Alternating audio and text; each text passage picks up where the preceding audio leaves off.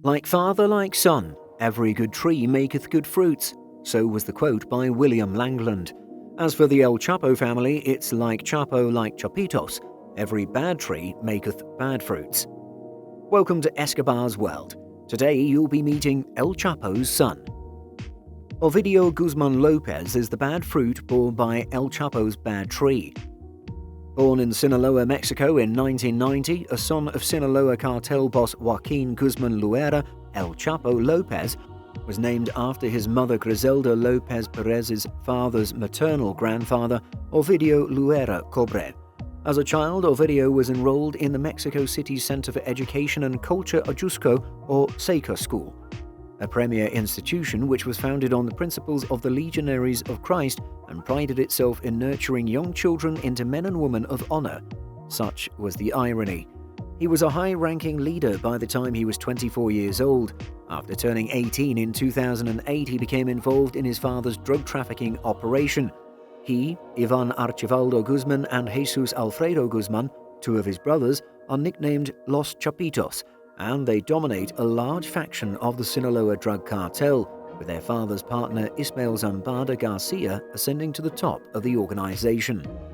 The Chapitos have been at war with El Mayo and their uncle Aureliano Guzman Loera, alias El Guano, over control of the group's operations in their father's absence following his last 2016 arrest and subsequent extradition. According to reports, López and his brother Ivan Archivaldo Guzman have risen through the ranks of the cartel and have acquired entire control of its cannabis and cocaine distribution networks. El Chapo's sons, known as Los Chapitos, have begun to dabble in methamphetamine production, producing up to 5,000 pounds per month.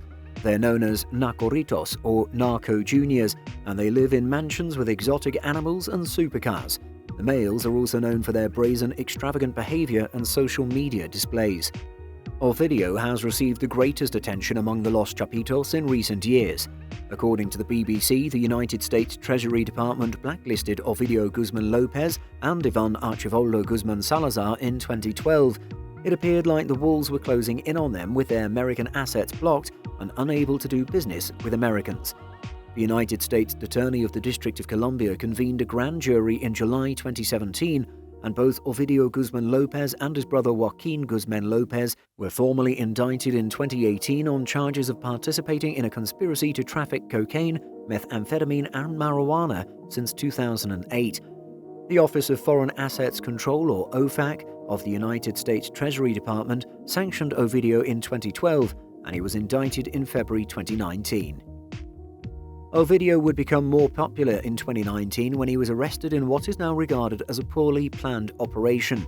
Ovidio Guzman López and his brother Ivan were charged with conspiracy to distribute more than 5 kilos of cocaine, 500 grams of methamphetamine, and 1,000 kilograms of cannabis by a federal grand jury in Washington, D.C. on April 2, 2019.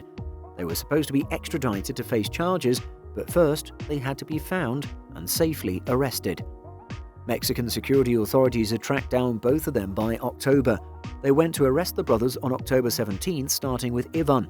However, according to the New York Times, Ivan was able to overcome the forces and summoned hundreds of cartel members to attack Culiacan, where López resided, to protect him. When 35 Mexican forces approached López's house, cartel members fired on them from inside. But after an intense firefight, they managed to get inside and detain López, who surrendered unarmed, according to a video released of the encounter. But the battle was far from over. Here's a timeline of the event. At 2:45 p.m., with an order of capture from a federal judge, a convoy of military vehicles carrying 35 members of Mexican law enforcement arrives at the house where Ovidio Guzman is located in the upscale neighborhood of Tres Rios. They come under attack and enter the house, where Ovidio is found with 3 other people. Moments later, Guzman's defenders arrive and surround the house with a greater force. Between 3 and 7 p.m., at the same time, other cartel gunmen disperse throughout the city. Authorities and cartel fighters battle throughout the afternoon in the streets, on bridges and at toll booths in the city. A major clash also takes place at a mall in Tres Rios. The prosecutor's office also comes under siege.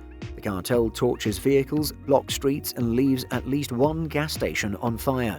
They took control of highways throughout the state and threatened to kidnap anybody who dared to drive.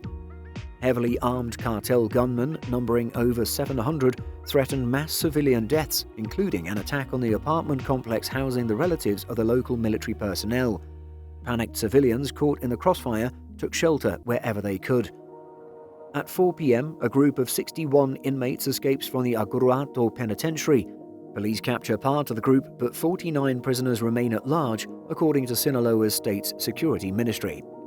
By 5:30 p.m., Mexico's security cabinet members decided to call off the operation. Durazo said the decision was made with the goal of safeguarding the well-being and tranquility of Culiacan. Law enforcement officers decided to retreat and leave Guzman in the house. Mexican President Andrés Manuel López Obrador said he supported the decision in order to prevent more bloodshed. With such violence raging throughout the city and federal forces outgunned, the military troops did what they had to reduce the risk of more bloodshed. They let Guzman go. The capture of one criminal cannot be worth more than the lives of people, he said. The Mexican government faced backlashes, with many considering the government a failed state, and the citizens saw how helpless the government was against the narcos. However, according to Alfonso Durazo, there is no pact with criminals, there is no failed state. There was a failed operation. However, the next month, one of the officers who arrested Ovidio, identified as Eduardo N., was assassinated. Such was the ruthlessness of the Los Chapitos. Santiago Nieto, head of the Financial Intelligence Unit, or FIU, confirmed that the government of Mexico froze the millionaire accounts of Ovidio Guzman. "We froze the accounts of Ovidio and 330 people linked to the cartel, and we've filed a complaint with the prosecutor's office.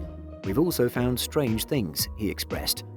His file with United States authorities is likewise growing in size.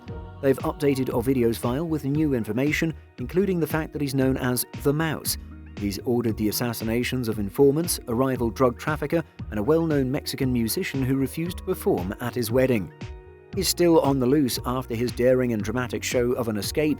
In order to apprehend him and his brothers, a search warrant was issued. Officials from the United States have set a $5 million bounty on him and his brothers.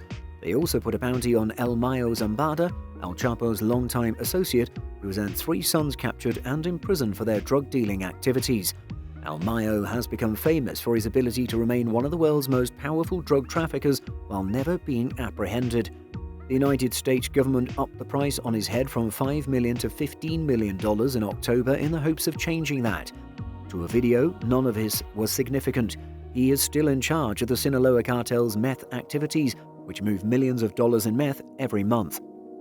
In a brazen move just before Christmas 2021, he threw a large outdoor party in Culiacan, where he raffled away 8 new cars, gave away bicycles and home appliances, and delivered toys for children, all stamped with his father's initials. At the same time, Ovidio remains a wanted man whose whereabouts remain unknown or just hiding in plain sight. This brings us to the end of the video. Thanks for watching. Don't forget to like and subscribe. Click on the bell icon for more notifications.